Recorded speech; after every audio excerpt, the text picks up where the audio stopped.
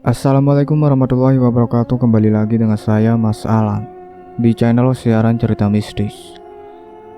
Untuk kisah kali ini masih melanjutkan dari kisah yang sebelumnya, yaitu kisah yang berjudul Saingan Suamiku di Rumah Baru.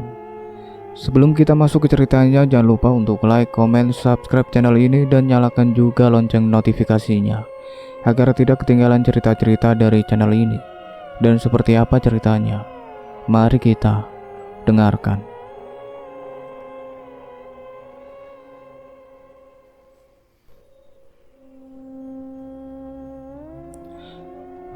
Malam ini, sengaja aku membiarkan televisi menyala, sehingga suasana di ruang tengah tidak terlalu sunyi. Kulirik Bu Ismi yang sudah tidur duluan. Ku pejamkan mata, tak lupa membaca doa. Tak lama kemudian, aku sudah berpindah ke dunia mimpi. Mimpi tentang Mas Kevin. Aku melihat Mas Kevin sedang tidur di sebuah kamar. Tak berselang lama, terlihat Dahlia berjalan mendekat. Ia berbaring tepat di samping Mas Kevin, kemudian memeluknya dari samping dan menyandarkan kepalanya di dada Mas Kevin. Sama seperti yang biasa aku lakukan, ia membisikkan sesuatu, hingga membuat Mas Kevin tersenyum tipis. Setelah itu aku terbangun dengan hati gelisah. Kulihat jam ternyata baru pukul 4 pagi. Ingin sekali menelpon Mas Kevin, tapi takut mengganggu tidurnya. Bagaimanapun, ia baru melakukan perjalanan jauh. Setelah sholat subuh, aku mencoba mengirim pesan pada Mas Kevin, berharap ia sudah bangun. Cukup lama menunggu tapi belum juga ada balasan. Aku pun keluar kamar. Terlihat Bu Ismi sedang merapikan spring bednya. "Ibu bangun dari jam berapa?" tanyanya. "Jam 4. Wah, pagi banget. Ini spring bednya mau dibawa ke kamar lagi, Bu?" "Tidak usah, biarkan saja di sana, biar nanti malam tidak repot memindahkan lagi." Ting, bunyi notifikasi ponselku. Ternyata itu balasan dari Mas Kevin. Bergegas aku masuk ke dalam kamar dan menelponnya. "Assalamualaikum." Ia memberi salam duluan saat telepon tersambung. "Waalaikumsalam. Ada apa sayang? Pagi-pagi sudah kirim pesan. Kangen ya?" "Iya mas, kangen. Baru juga sehari. Oh iya, gimana di rumah? Aman?" "Alhamdulillah aman." "Baguslah." "Oh iya, mas, semalam aku mimpi." "Mimpi tentang mas ya?" tebaknya. "Iya, mungkin kamu terlalu mengkhawatirkan mas." Aku berusaha mengingat-ingat detail kamar di mimpi tadi. "Apa cat di kamar mas berwarna hijau?" "Iya benar." "Ada lampu meja di samping kanan tempat tidur?" "Iya, dari mana kamu tahu?" "Dari mimpi itu mas." "Memang apa yang kamu lihat di mimpi itu?" Aku menceritakan mimpi tadi. "Jadi dia mengikuti mas sampai sini?" "Sepertinya begitu." "Apa mas lupa membaca doa sebelum tidur?" "Sepertinya begitu sayang." "Kenapa bisa lupa mas?" omelku. "Maaf sayang, tadi malam mas kelelahan dan langsung tidur. Pokoknya sekarang mas harus lebih berhati-hati, perbanyak zikir. Aku tak mau melihatnya menyentuh tubuh mas lagi." "Iya sayang." Samar terdengar. Suara pintu terbuka. "Sudah dulu ya sayang, Pak Baim mengajak mas sarapan." "Iya mas, ingat jangan lupa baca doa." "Iya Safiraku yang cantik." Telepon ditutup, menyisakan sebuah pertanyaan besar. Apa yang dibisikkan Dahlia hingga membuat Mas Kevin tersenyum. Belum lagi masalah Mbok Asi, membuat kepalaku semakin pusing. Sudah 2 hari ini, aku selalu bermimpi tentang Mas Kevin dan Dahlia. Khawatir kalau mimpi itu benar-benar nyata. Teringat jelas pesan Mbok Asi, jika mereka melakukan hubungan maka itu akan sangat berbahaya untuk Mas Kevin. Kekhawatiranku bertambah karena sudah seharian ini Mas Kevin tidak bisa dihubungi. Dari tadi saya perhatikan ibu terus melihat ponsel, tegur Bu Ismi. Saya menunggu kabar Pak Kevin. Dari pagi tidak bisa dihubungi. Suami saya bilang hari ini akan ada kunjungan ke hutan, Bu. Mungkin di sana tidak ada sinyal. Oh, kenapa Pak Kevin tidak bilang sama saya ya? Mungkin lupa, Bu. Kuletakkan ponsel di sofa dan akhirnya bisa sedikit lebih tenang. Bu, saya boleh pulang sebentar tidak? Sekalian mau belanja untuk besok pagi. Boleh, Bu. Sebelum maghrib, saya sudah kembali ke sini. Iya, Bu. Bu Ismi pamit. Aku tidak bisa melarangnya. Bagaimanapun, ia sudah menemaniku selama 3 hari terakhir ini. Lagian, lama kami di rumah tidak pernah ada gangguan. Aku menatap jam dinding di ruang tengah. Pukul 5 sore. Namun, Bu Ismi belum juga kembali. Ku coba mengirim pesan padanya. Ternyata ponselnya tertinggal di sofa. Jarum jam bergerak begitu cepat. Azan maghrib berkumandang. Bergegas aku mengambil wudhu dan sholat di kamar. Tok tok tok. Ada yang mengetuk pintu. Aku bangkit dan berjalan ke pintu depan. Siapa? Tanya aku sebelum membuka pintu. Tak ada jawaban. Terdengar suara langkah kaki di teras. Sontak aku melangkah mundur.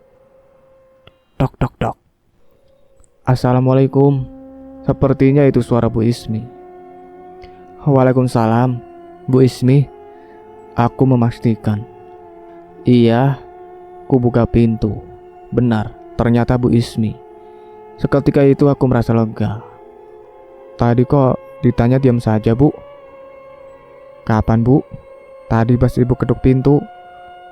Mungkin saya tidak dengar, Bu. Padahal suaraku lumayan kencang. Aneh jika Bu Ismi tidak mendengar.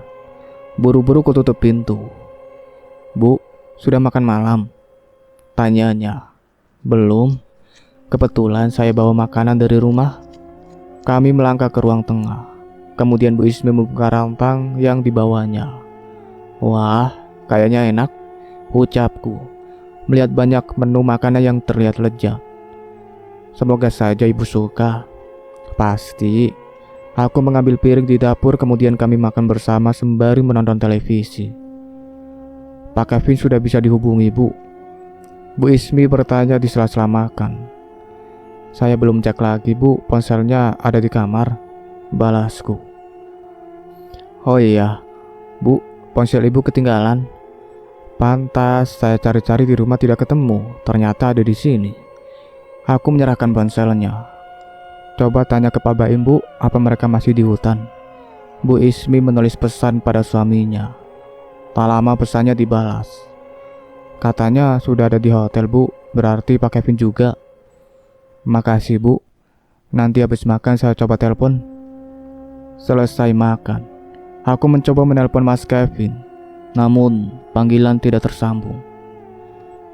Bu, boleh tanya ke Pak Baim, kenapa ponsel Pak Kevin tidak bisa dihubungi ya? Baik, Bu.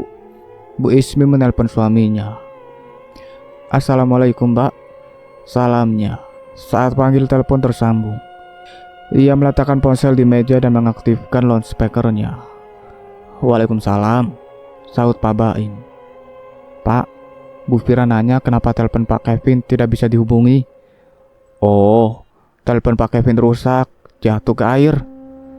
Seharusnya Mas Kevin memberitahuku jika teleponnya rusak. Apa Pak Kevinnya ada di sana? Aku terpaksa bertanya langsung. Ada Bu Fira. Pak Kevin sedang tidak ada di hotel, Bu. Balas Pak Baim. Kemana? Pergi bersama Pak Manajer. Saya nitip pesan, Pak, kalau Pak Kevin sudah sampai hotel, tolong minta dia segera hubungi saya. Baik, Bu. Makasih ya, Pak. Aku bangkit pergi ke dapur, membiarkan Bu Ismi berbicara dengan Pak Baim. Hati ini sungguh gelisah menantikan telepon dari Mas Kevin. Sudah 3 jam, ia belum juga menghubungiku. Apa ia belum kembali ke hotel? Ingin sekali menanyakan pada Pak Baim, tapi takut mengganggu istirahatnya. Katanya masih belum pulang ke hotel, Bu. Bu Ismi sepertinya bisa merasakan kegelisahanku. Pak Baim tahu tidak Pak Kevin pergi kemana? Jujur, aku sangat penasaran. Karaokean, Bu. Kali ini yang aku khawatirkan bukan tentang Dahlia, melainkan tempat karaoke macam apa yang Mas Kevin datangi. Kini, aku lebih takut ada Dahlia berwujud manusia di sana. Paling sebentar lagi pulang. Bu Ismi berusaha menenangkan hatiku. Iya, Bu. Bu Ismi izin ke kamar mandi. Tak berselang lama, ia berlari keluar dengan wajah ketakutan. Bu, panggilnya seraya menghampiriku. Ada apa, Bu? Tanyaku bingung. Tadi pas saya buang air kecil, dengar suara anak ayam. Memang, ada lubang ventilasi kecil yang mengarah ke samping rumah. Jadi suara di luar masih bisa terdengar. Suara anak ayam. Aku baru mendengar ada anak ayam berkeliaran jam segini. Iya, Bu. Mungkin ayam liar atau peliharaan warga kampung, Bu. Jarak dari sini ke kampung lumayan jauh, Bu.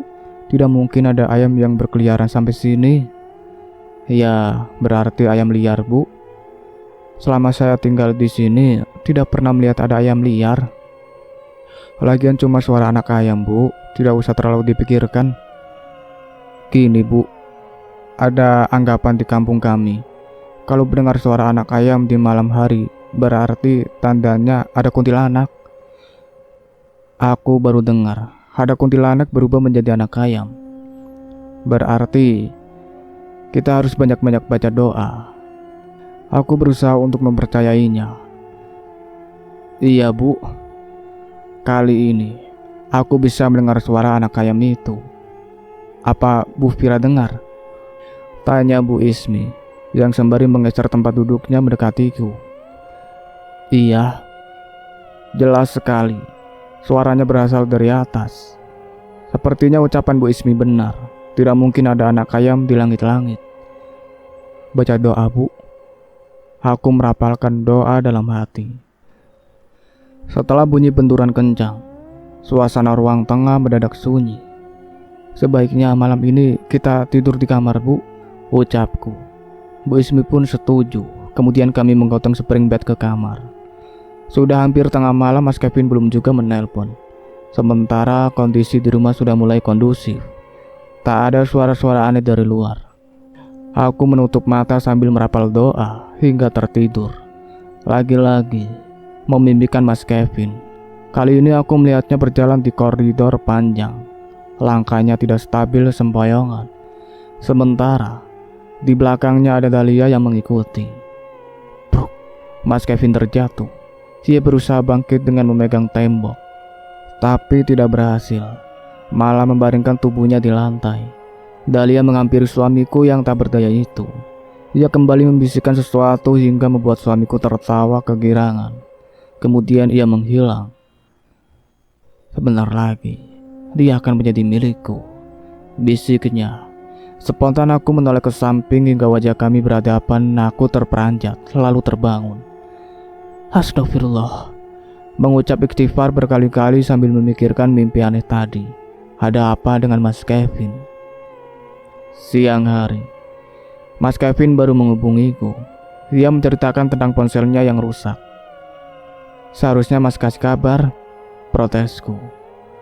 Maaf sayang, Mas lupa, balasnya. Aku sudah sangat kesal padanya. Apalagi setelah mendengar ia pergi ke tempat karaoke. Ditambah mimpi semalam. Istrinya sendiri bisa dilupakan. Memang siapa yang kamu ingat? Dahlia atau perempuan lain? Ucapku ketus. Apa maksud kamu, Fira? Mas Kevin meninggikan suaranya. Bahkan ia tak lagi menyebutku dengan kata sayang. Kenapa kamu menuduh Mas seperti itu? Kalau tahu sikap kamu akan seperti ini, lebih baik Mas tidak pergi keluar kota. Baru tinggal 4 hari kamu sudah menuduh Mas macam-macam. Dahlia lah, perempuan lain lah. Mas di sini kerja, sambungnya. Dia masih tidak mengaku kalau sudah pergi ke tempat karaoke. Dasar laki-laki, pintar berkelit. Jadi sekarang aku yang salah. Aku ikut meninggikan suara. Bukan begitu. Kamu juga harus tahu situasi. Ponsel Mas kan rusak, belum sempat diperbaiki. Tapi Mas sudah harus pergi ke hutan. Kamu tahu kan, di hutan tidak ada tempat servis ponsel. Sinyal aja tidak ada. Memang kamu seharian di dalam hutan. Saat kembali ke hotel, kenapa tidak berinisiatif menghubungiku? Mas tidur, capek. Jangan bohong Mas. Mas tidak berbohong. Semalam bukannya kamu pergi ke tempat karaoke sampai larut malam? Kamu jangan mengada-ngada. Aku tidak mengada-ngada. Aku melihatnya sendiri. Sengaja aku tidak mengatakan kalau mendapatkan kabar itu dari Pak Baim. Takutnya Mas Kevin akan marah besar padanya. Melihat sendiri? Kamu bahkan tidak ada di sini. Aku melihatnya di dalam mimpi. Mimpi? Kamu bilang mimpi? Kamu lebih percaya mimpi daripada suami sendiri. Sejauh ini mimpi aku selalu benar. Sekarang Mas menyesal sudah menelpon kamu. Jangan-jangan Mas juga menyesal punya istri sepertiku. Ya Allah, Vira, istighfar. Sekalipun Mas tidak pernah berpikir seperti itu. Sudahlah, percuma berbicara sekarang. Nanti kita bicarakan di rumah. Mas Kevin menutup telepon. Ku coba menghubunginya lagi, tapi tidak bisa. Telepon dimatikan. Seharian ini suasana hatiku sedang tidak baik. Amarah ini belum juga mereda. Sudah coba dialihkan, tetap saja rasanya ingin marah-marah tak jelas. Beruntung Bu Ismi bisa memahamiku. Ia lebih menjaga jarak dan tidak mengajakku mengobrol. Tok tok tok. Bu, panggil Bu Ismi. Iya, masuk. Balasku yang dari tadi duduk di tempat tidur. Bu Ismi masuk ke kamar membawakan segelas susu coklat.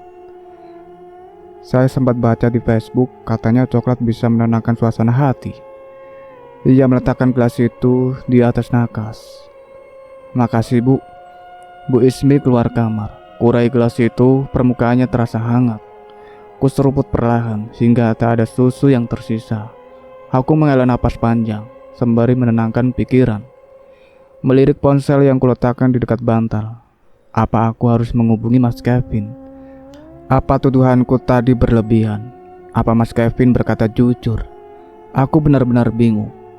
Ucapan Pak Baim, mimpi itu memperkuat dugaan kalau Mas Kevin memang tidak jujur padaku. Lantas, kenapa ia berbohong?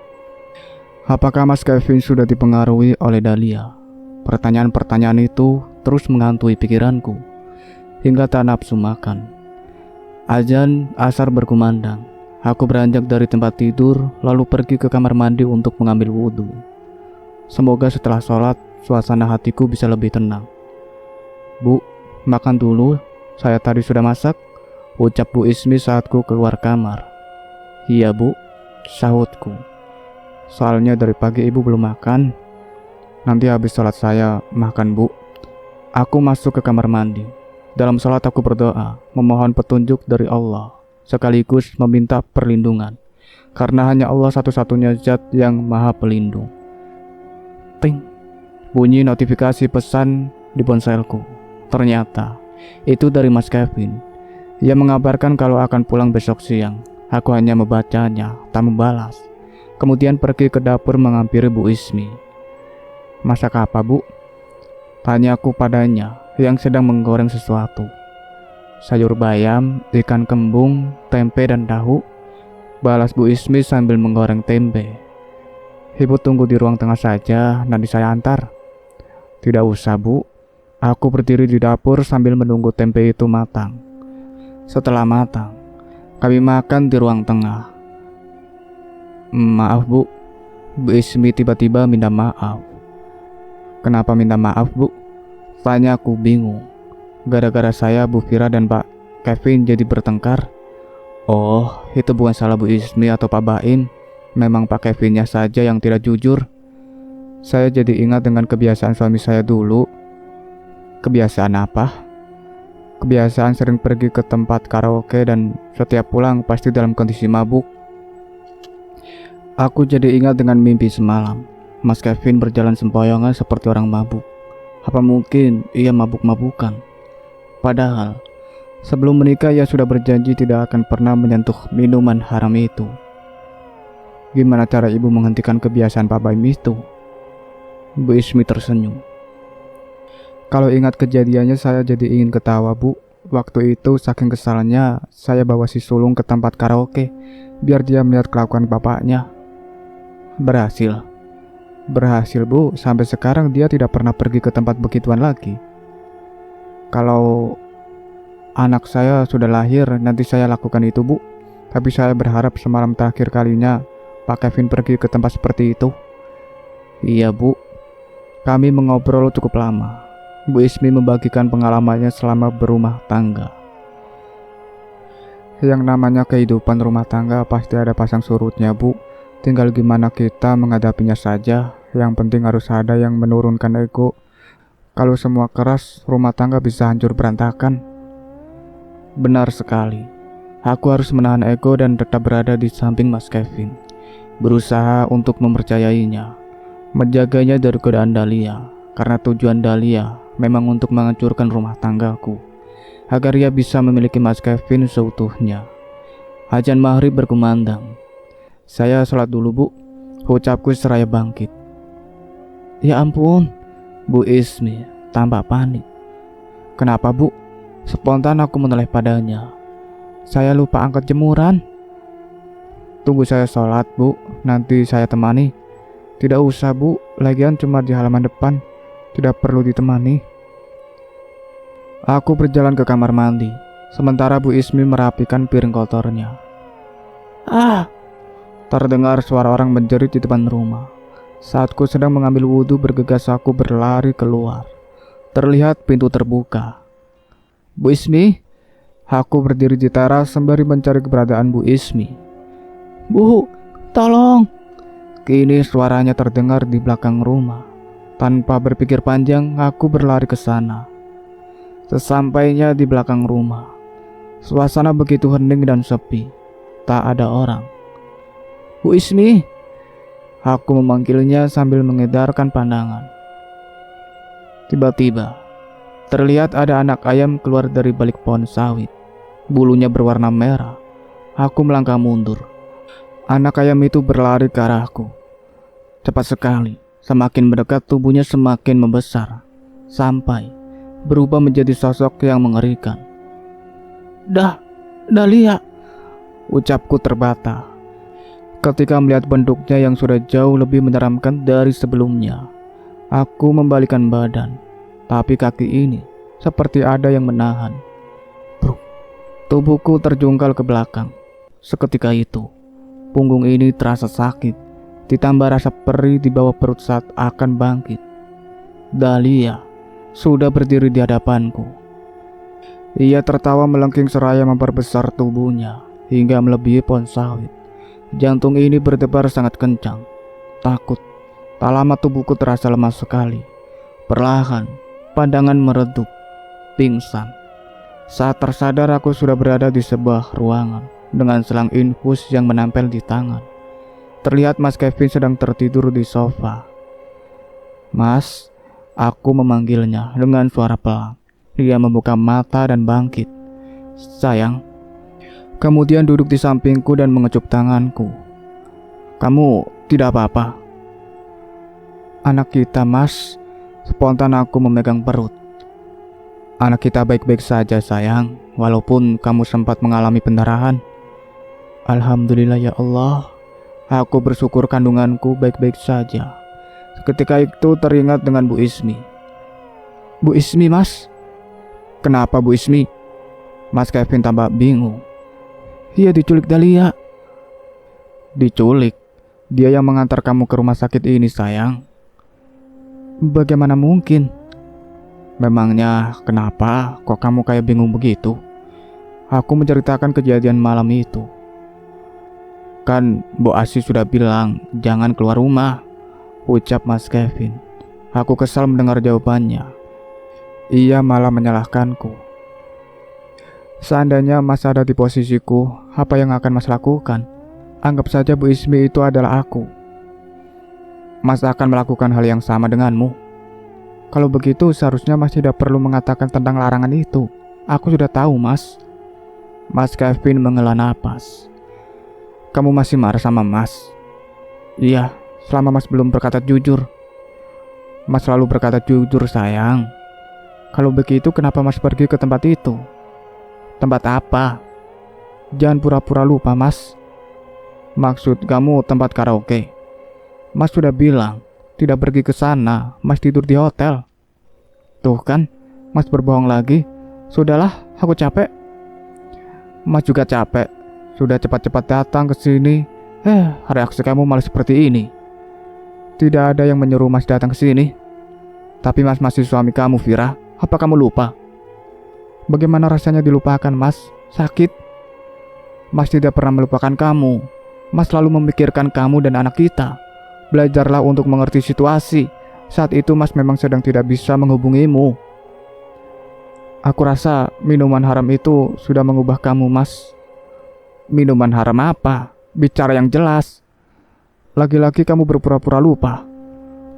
Mas Kevin bangkit. Sepertinya kepala kamu terbentur keras sehingga omonganmu melantur seperti ini. Kemudian ia berjalan keluar kamar.